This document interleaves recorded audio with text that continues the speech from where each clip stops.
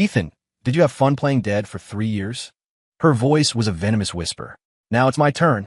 For 3 years, I was the stand-in for my patron, Victoria Davenport. The day her old flame came back to the country, I walked away with an 8-figure severance package and vanished in the chaos of a conveniently timed fire. I thought we were even. I spent the next 3 years hosting endless pool parties at a beachfront villa in Miami, a different model on each arm, living a life of pure debauchery. I assumed she'd long since married her golden boy and forgotten all about her disposable substitute. But 3 years later, the hedonism grew stale. I booked a flight back to New York. The moment the plane touched down, a fleet of black Bentleys boxed in the exit. The woman I thought had forgotten me stepped out of the lead car, her eyes bloodshot, a twisted, possessive smile playing on her lips. The night air was cool. Through the floor-to-ceiling windows of the penthouse, the lights of Manhattan glittered like a fallen constellation. Victoria, wearing the ice-blue silk slip I always loved, leaned against my legs, her breath a warm wisp of air. "Ethan," she said, her voice flat, devoid of emotion. "Caleb gets back the day after tomorrow." Her words, though calm, were a scalpel, precisely slicing through the tender illusion we had maintained for 3 years. I knew my contract was up. The off-boarding process had begun. I felt nothing. Stroking her long, smooth hair, I smiled. My voice was pitched to the familiar, gentle tone we always use with each other. "Great. We should go welcome him back together." My mind was already racing. The 8-figure sum in my bank account shimmered in my thoughts. Should I go see the Northern Lights in Iceland? Ski the Alps in Switzerland? Or just rent a mansion in South Beach and drink myself into oblivion? I hadn't decided yet. But any option was better than staying here, a living counterfeit. The cardinal rule of the professional stand-in: never catch feelings. Take the money. Disappear without a trace. For 3 years, I played the part of her devoted boyfriend, my arm around her at every gala, shielding her from her world of sharks and sycophants. I was good at my job. So good, I almost started to believe the lie myself. But the balance on my banking app was a constant, cold reminder. This was a transaction. I sold my time and my performance. She bought emotional stability and companionship. Now, the transaction was complete. The welcome back dinner was a who's who of New York's elite. Victoria had changed into a custom-made white gown, resuming her role as Manhattan's reigning ice queen. A crowd orbited her, this untouchable snow lotus. And the man, Caleb Vance, stood beside her like he owned the place, the picture of effortless charm. They looked good together. The handsome heir and the beautiful heiress, a perfect match from the same elite world. Not like me, a weed who'd clawed his way out of the foster system. I leaned against a column in the corner, nursing a glass of champagne, a complete outsider. Watching them felt like watching a movie that had nothing to do with me. Eventually, Caleb found an opening and made his way toward me, champagne flute in hand. He wore a victor's smirk, his eyes dripping with superiority and contempt. "The knockoff," he said, his voice low enough for only me to hear. "Have fun these past 3 years." He leaned in closer. "Time to get out of my picture. I'd suggest you change your name and keep a low profile, or I'll destroy you."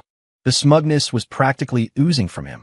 I could tell he'd rehearsed this moment 1,000 times in his head, fantasizing about how I'd crumble, how I'd lash out in jealous rage.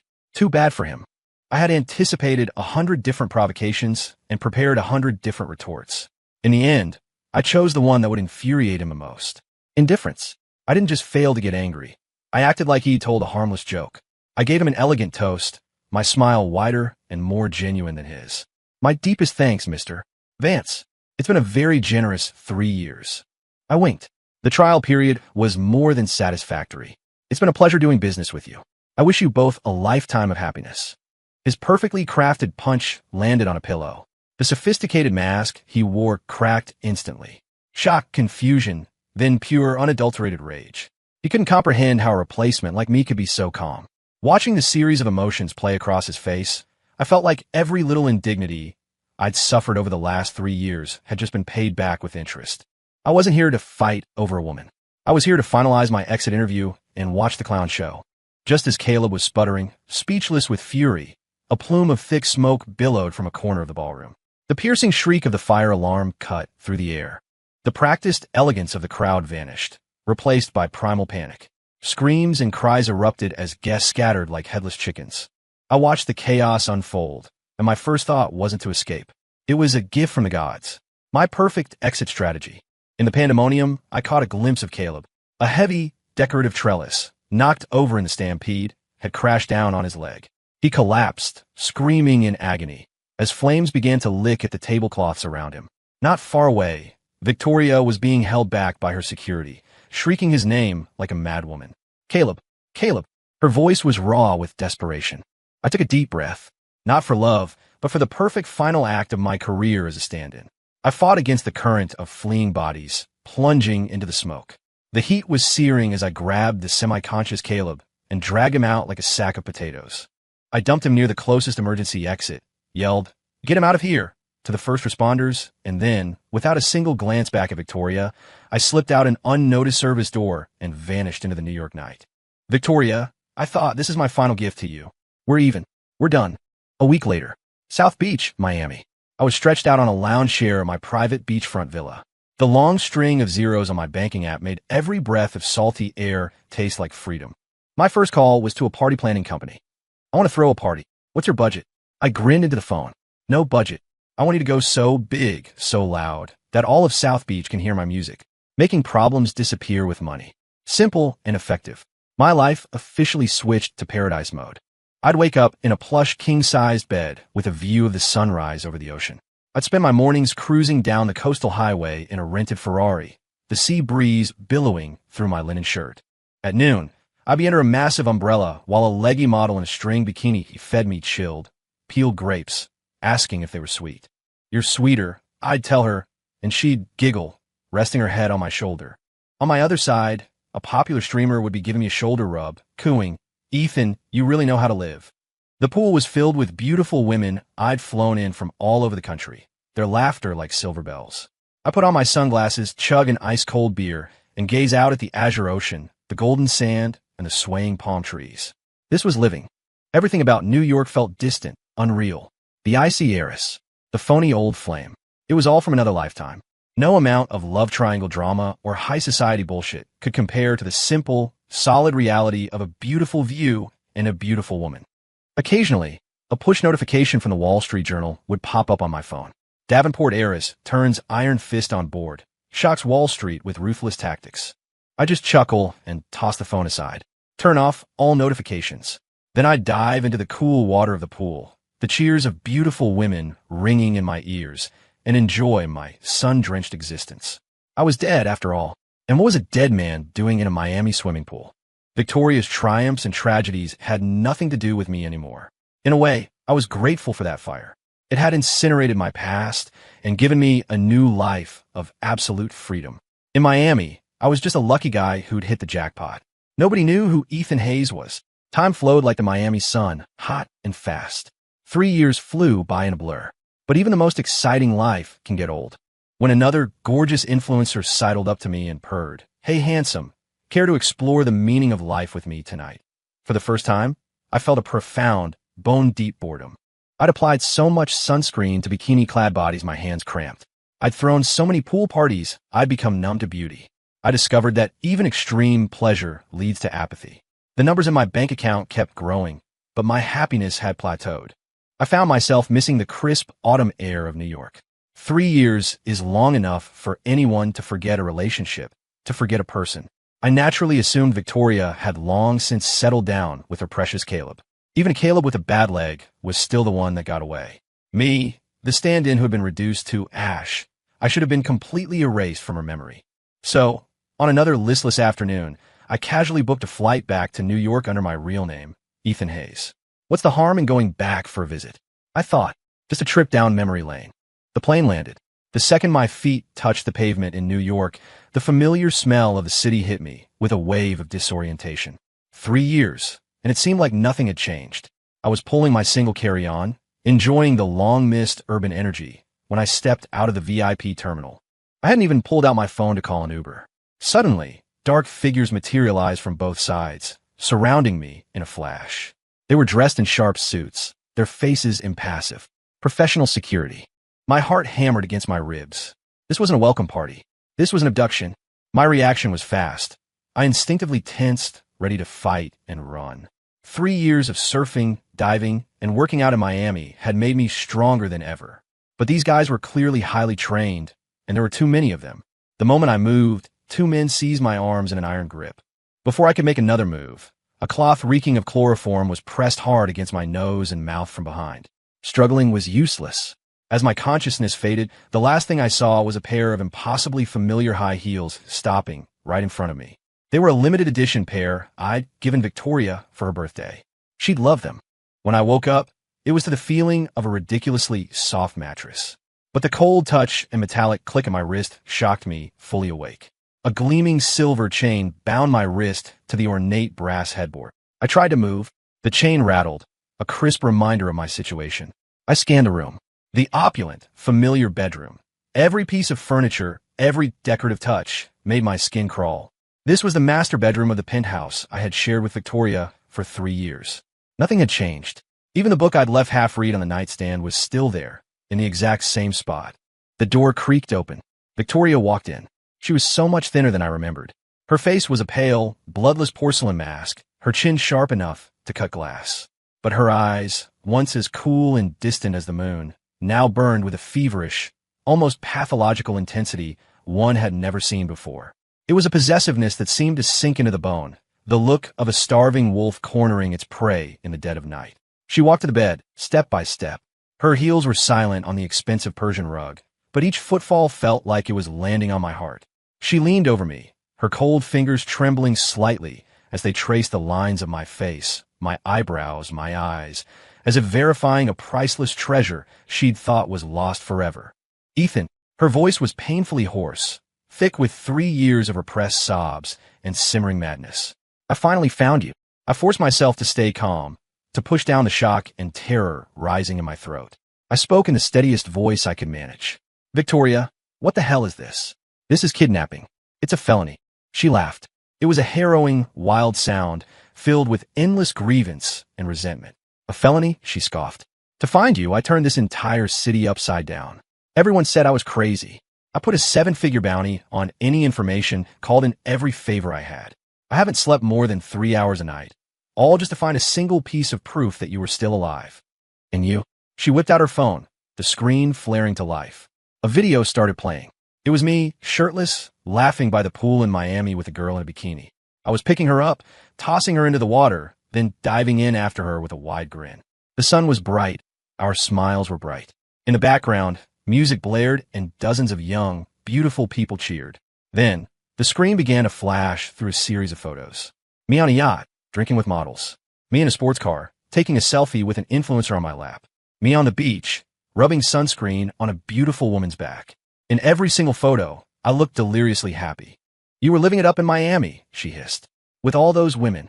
She lunged closer, her hot breath a mix of perfume and mania against my ear. She enunciated every word like a death sentence.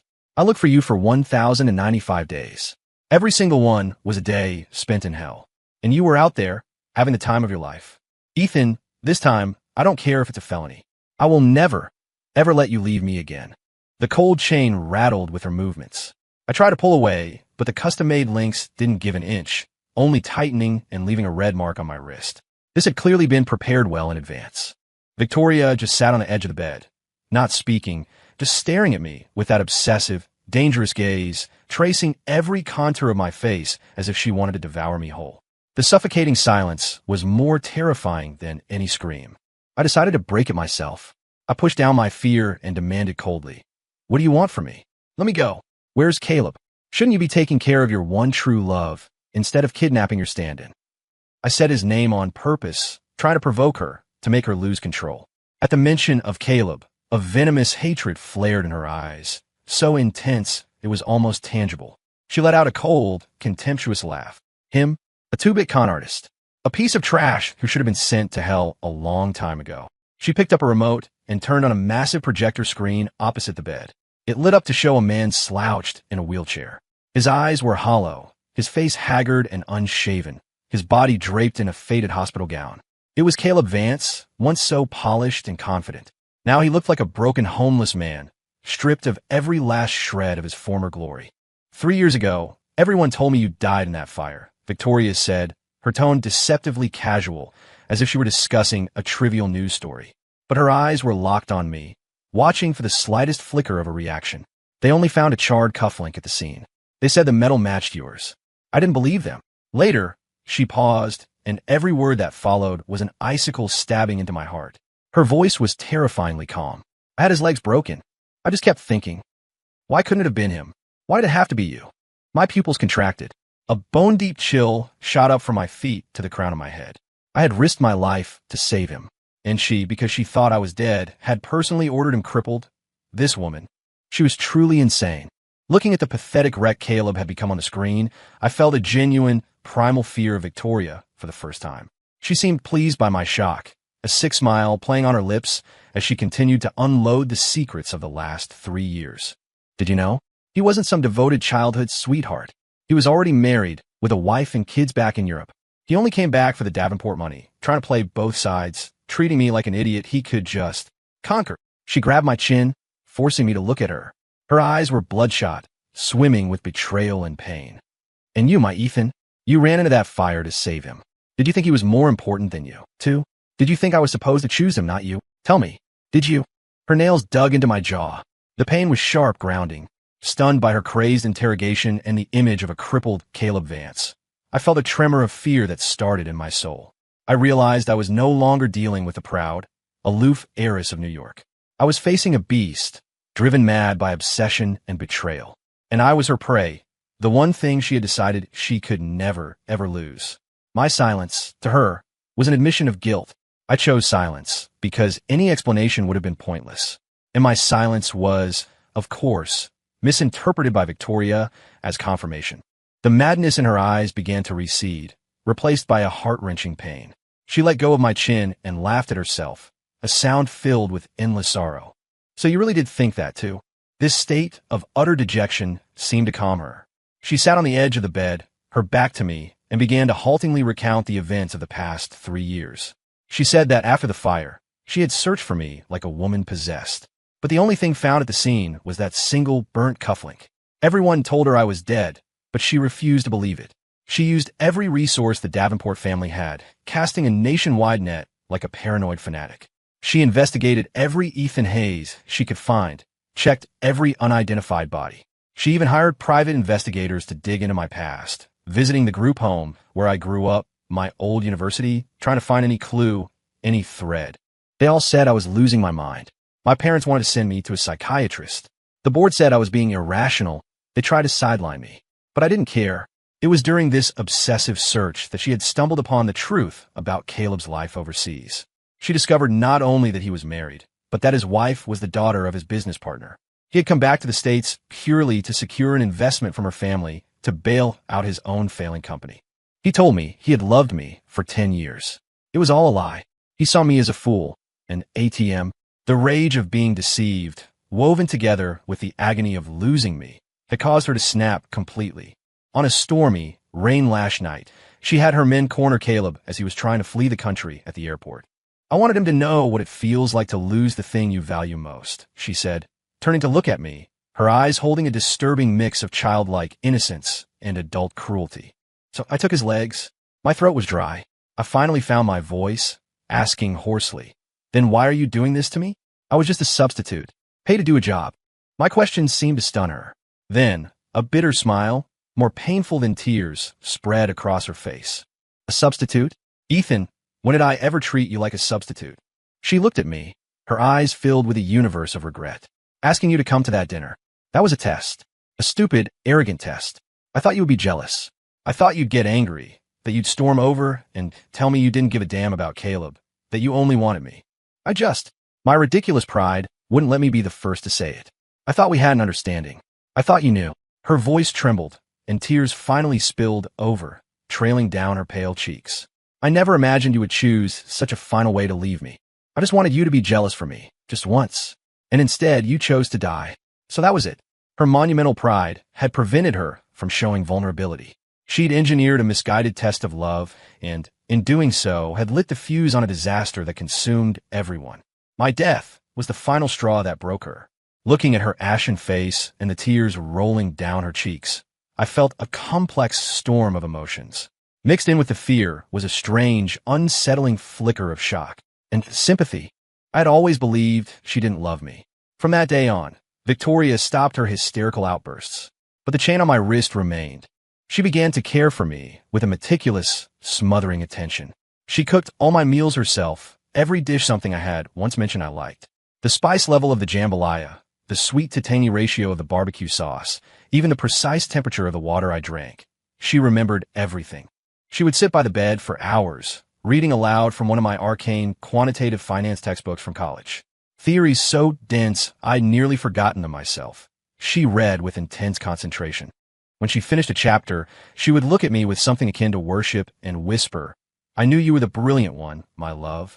You're the one who can help me run Davenport Industries. You're my guardian angel." She started calling me my love, darling, as if we were a long-married couple. The terms made my skin crawl, but I was in no position to object. My only form of resistance was a hunger strike. I thought it might provoke her, push her back into that wild rage. But it didn't. She just brought in a bowl of carefully prepared soup and sat stubbornly by the bed. I kept my eyes shut, ignoring her. She sat there in silence, from morning until night.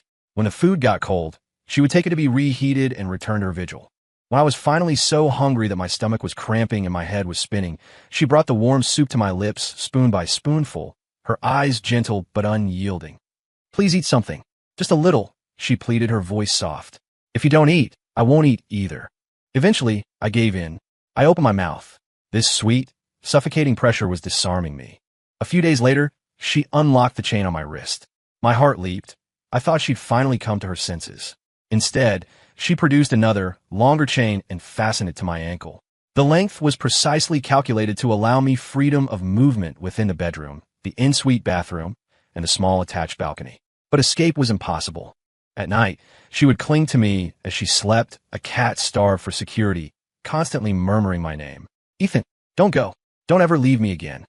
She would tell me how she survived the last 3 years by living off our memories, how she had printed our photos and covered her entire private study with them, how she wore the nightgowns I'd bought her to bed every night, just to inhale the lingering scent of me. Her words were an invisible net, wrapping tighter and tighter around me. She brought in a giant tablet and took me on a virtual tour of my old university campus. Using the street view, she pointed to a tree-lined path. "I went there, after you." After. I walked every single path you must have walked. I tried to imagine what you were like back then. Probably just like now, scowling and impatient.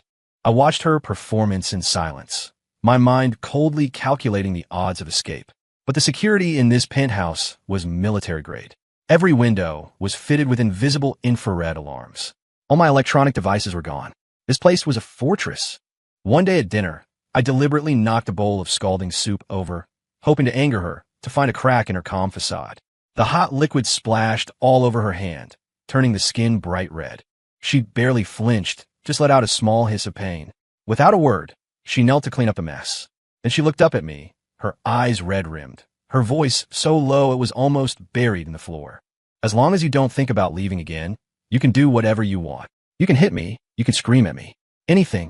Her submission and her obsession created a bizarre cocktail, a gentle prison that made my chest tighten until I couldn't breathe. I realized I truly had no way out. One morning, Victoria dressed me in a new set of casual clothes, her voice tinged with a rare, bright excitement. "It's a beautiful day. I'm taking you out. There are some people I want you to meet." A flicker of hope ignited in me, an opportunity to escape. But that hope was extinguished when I saw the 8-man security detail waiting by the door. This wasn't freedom. It was just a change of scenery for my imprisonment. The car didn't go anywhere I recognized. It pulled up in front of an ordinary, slightly run-down apartment building in Queens.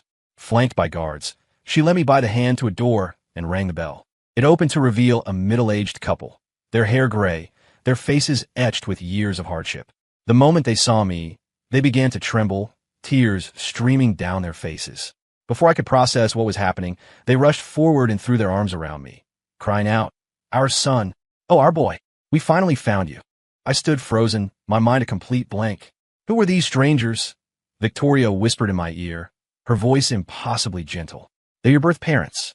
They had to give you up when you were born. It wasn't their choice. I spent 2 years, pulled a lot of strings to find them for you." I was engulfed in the tearful embrace of these strangers, who held my hands and told me their story of poverty and regret, of how they had searched for me for years, living with a lifetime of guilt. The sudden onslaught of family was dizzying. But what threw me even more off balance was how they held Victoria's hand, calling her a saint, their voices choked with gratitude. Victoria, thank you, thank you. If it wasn't for you, we never would have seen our Ethan again in this lifetime. Ethan, you have to treat her right. You can't ever let a girl like this down. This two-pronged moral assault was suffocating. What could I say? Your sainted daughter-in-law is a psychopath who kidnapped your son? They would never believe me. After leaving my parents' apartment, the car headed out of the city. When I saw the familiar, weathered gate of the group home I grew up in, my heart seized. But it wasn't the place I remembered. The old building had been replaced by a bright, clean, three-story facility. The yard had a new rubberized track and playground equipment. And the plaque by the entrance read, in elegant script, donated by Ms. Victoria Davenport. Many of the women who had cared for me as a child were still there. They rushed over, a mix of shock and joy on their faces. Ethan, you're alive. Oh, thank God. They chattered on, praising Victoria's kindness and generosity, telling me how she visited every year with donations and gifts for the children, and how she always paid her respects at the grave of the home's late director, the woman who had raised me. Led by the staff, I found myself standing before her tombstone. It was immaculate, with a fresh bouquet of chrysanthemums placed at its base, the petals still glistening with morning dew. I knew, without a doubt, that Victoria had been here this morning. In the entire world, besides me, she was the only one who remembered the old woman who had taken me in as an infant. After she passed, I thought I was the only one left to mourn her.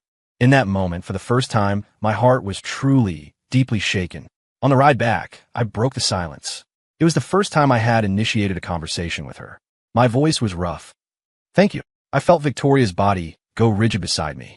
After the visit to the group home, something inside me shifted. I was no longer cold and resistant, no longer consumed with thoughts of escape. I started to respond to her. The chain was still on my ankle, but the atmosphere between us was no longer that of a captor and her prisoner. That evening at dinner, I put a piece of fish on her plate, her favorite. You're too thin, I said quietly. Eat more. Her chopsticks clattered against her plate. She looked up, and her eyes were so bright, they seemed to catch fire, like someone who had wandered in darkness for an eternity and had just seen the sun. She carefully ate the piece of fish, chewing it slowly as if to savor the moment, her eyes welling up. When she was in her study, poring over company documents with a deep frown, I would come up behind her and gently massage her shoulders. She would let out a soft sigh and lean her entire weight back against me, a contented cat being petted. It's so good to have you here, my love, she'd murmur. For the first time, the penthouse felt warm, peaceful. That night, when she wrapped her arms around me from behind as she always did, I didn't lie there like a corpse. I turned over and pulled her into my arms. I felt her body go stiff with shock, followed by the frantic, fluttering beat of her heart against my chest. Go to sleep, I whispered in her ear. Held in my arms, she slept through the night without stirring. It was the most peaceful sleep she'd had in 3 years. My cooperation sent her into a state of euphoria. Her entire being seemed to light up. She stopped watching me with that constant, scrutinizing gaze. The madness in her eyes was replaced by a deep, trusting love. And then, one morning, I woke up to find that the chain, that symbol of my imprisonment, was gone. All that remained on my ankle was a faint red line. I was free, but this time I didn't think about running. We started to live like a real couple. We tended the rooftop garden together. We curled up on the sofa and watched old movies. When she cried at the sad parts, I'd hold her and clumsily try to comfort her. Stop crying. You're messing up your makeup. She'd wipe her tears and nose on my shirt and look up at me accusingly. It's your fault for picking such a terrible movie. Her pathology seemed to be soothed by my compliance, revealing the playful, vulnerable girl her age that had been buried underneath. She was coquettish, needy, and a single compliment from me could make her happy for an entire day. I realized with a jolt that I was actually falling in love with her. I admitted it to myself. I was won over. Perhaps, from the very beginning, my feelings for her weren't entirely transactional. It was just that my cynical, self-preservationist principles wouldn't let me acknowledge it. I was afraid of genuine connection, terrified of getting hurt. So I hid behind a wall of money and contracts. Now, I decided to listen to my heart, to try and accept this wild, scorching love. I began to take an active role in her company's affairs, using my knowledge to help her strategize. The look of admiration and love in her eyes when she watched me work gave me a sense of fulfillment I'd never known. It was more satisfying than all the models in Miami combined. After months of my good behavior, Victoria finally let her guard down completely. She excitedly suggested we go shopping to buy me a new wardrobe for the season. It was the first time since my abduction that I was allowed out in public without a security detail. We walked hand in hand through Bergdorf Goodman, just another New York couple. Victoria's face was glowing with a happiness I'd never seen before. She patiently picked out suits, shoes, and watches for me, swiping her card without a second glance. My husband has to have the best of everything, she'd say. This one, and that one too. Wrap them all up. The envious looks from the sales associates made me a little uncomfortable, but deep down it felt good. Just as Victoria was linking her arm through mine, happily debating where to go for a candlelit dinner, a chirpy, surprised voice called out from behind us. Ethan? Oh my God, it's really you. I thought you'd totally forgotten about me after you went back to New York. I turned, and my blood ran cold. The speaker was a stylish, beautiful young woman, one of the many who had graced my Miami pool parties. I couldn't even remember her name. She hadn't noticed Victoria. She bounced over, instinctively reaching out to grab my other arm. I flinched back. Her hand fell into empty air, but she didn't seem to care. You're terrible, she pouted, getting closer. You said you'd call when you got back, but then your number was disconnected. You just ghosted everyone. Remember on the yacht, you said you were going to teach me how to free dive? I've been waiting. Her words died in her throat. She had finally seen the woman standing next to me, whose expression had gone from sunny to Arctic in a split second. The temperature in the store dropped 20 degrees.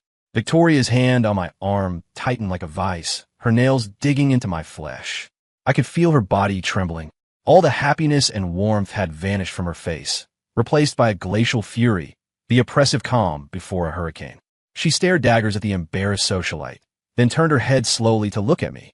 Who is she? She asked, each word a shard of ice. A yacht. Teach her to dive.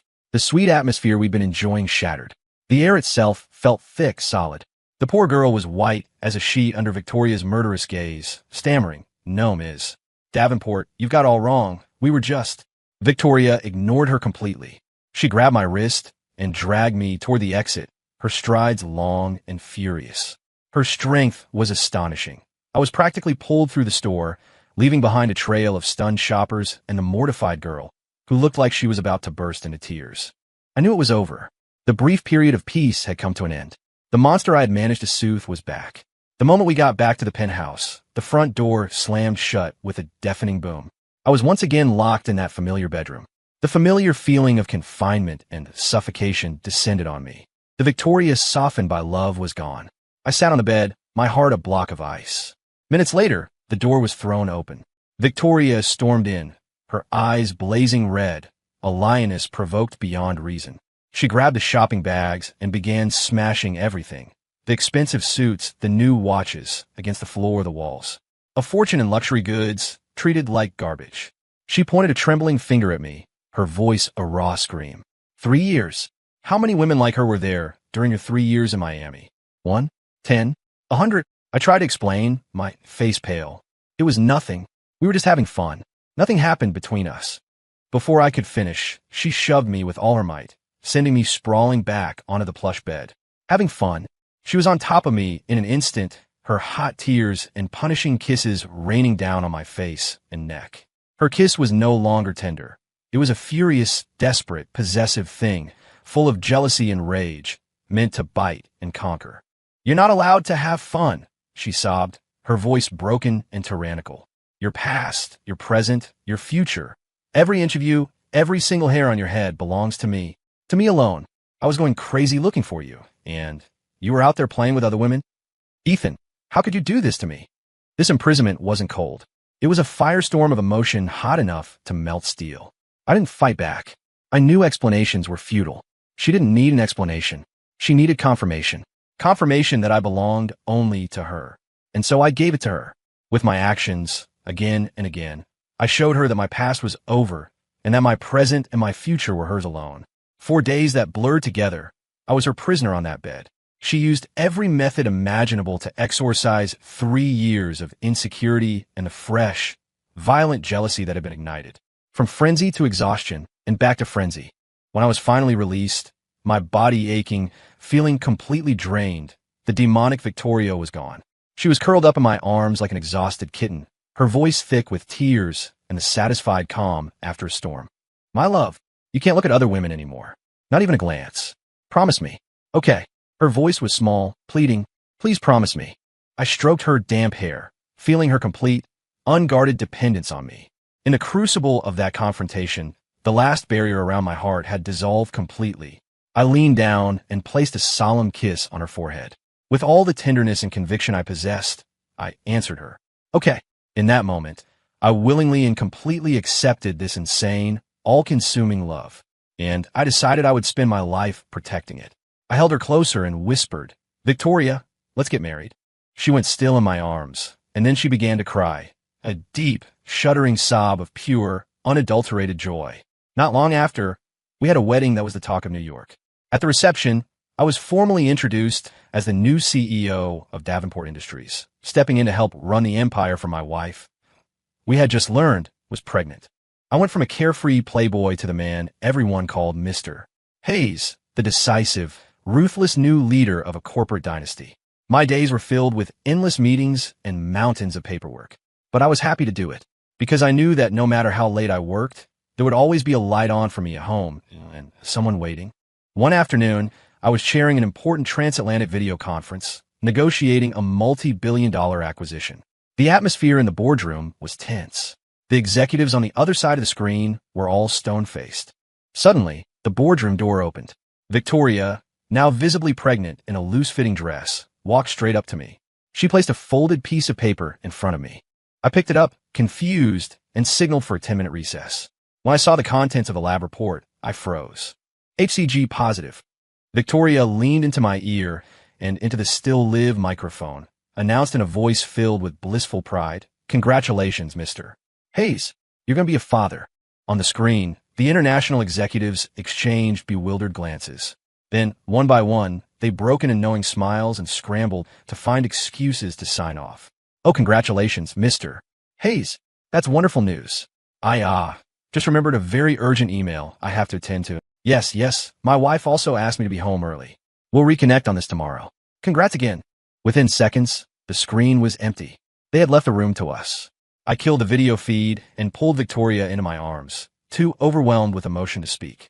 I buried my face in her neck, absorbing the profound, earth-shattering joy of this new life. My own life, once a piece of driftwood, now had an anchor, a wife, a family, a career, and a child on the way. After Victoria's pregnancy was confirmed, I worked even harder, driven by the desire to build the best possible future for them. One afternoon, after plowing through a stack of urgent files, I felt a wave of exhaustion hit me. I went into the private lounge attached to my office for a quick nap. As I was drifting in a hazy sleep, I felt a weight settle on my chest. A familiar, delicate fragrance filled the air, along with a soft, ticklish sensation. I opened my eyes to see Victoria, her baby bump prominent, carefully draped over me like a cat. She was nuzzling her soft cheek against my neck. I jolted, reaching up to help her. What are you doing here? Get up, you'll crush the baby. She refused to move, holding on tighter, her voice laced with playful mischief. Wondering how I got in? She pulled a black key card from her pocket and dangled it in front of my face. I have master access to every door in your office. She sniffed disdainfully. I was worried that my new bombshell assistant, the one with the chest bigger than mine, might try to seduce you while you were sleeping. Her tone was filled with a tiny, adorable hint of jealousy. I chuckled and gently booped her on the nose. Don't be ridiculous, I said, helping to support her waist. Besides, this is your office building. It's perfectly normal for you to have a key. I sighed, a mix of amusement and helplessness. I'm just surprised to find you on top of me like this. Aren't you worried about our little one? Victoria snuggled contentedly into my chest, her logic flawless. I asked the doctor. This position is perfectly safe, and I missed you. Besides, the baby is always quietest when I'm holding you. She leaned down and gave me a soft, lingering kiss. You're my personal teddy bear, she declared, and nobody else gets to have you. I smiled, a happy, defeated man. I shifted my position to make her more comfortable, then wrapped my arms tightly around her, holding both her and our unborn child close. The end.